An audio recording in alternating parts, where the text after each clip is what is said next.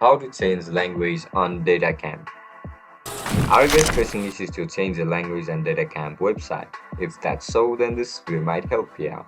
Without further ado, let's dive into the video. First of all, open browser on your laptop or mobile devices. Once you open the browser, search for DataCamp website. Click on the first option, DataCamp Data Science Courses. Once you click on it, you will be forwarded to this website or interface.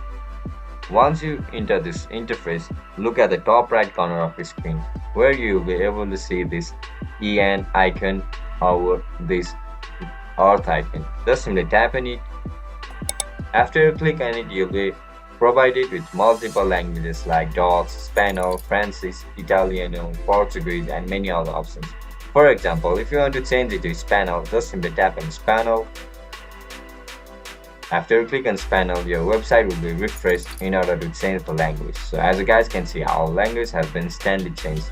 If you guys found this video helpful, don't forget to like, share, and subscribe to our channel. I'll catch you up in the next one. Bye bye.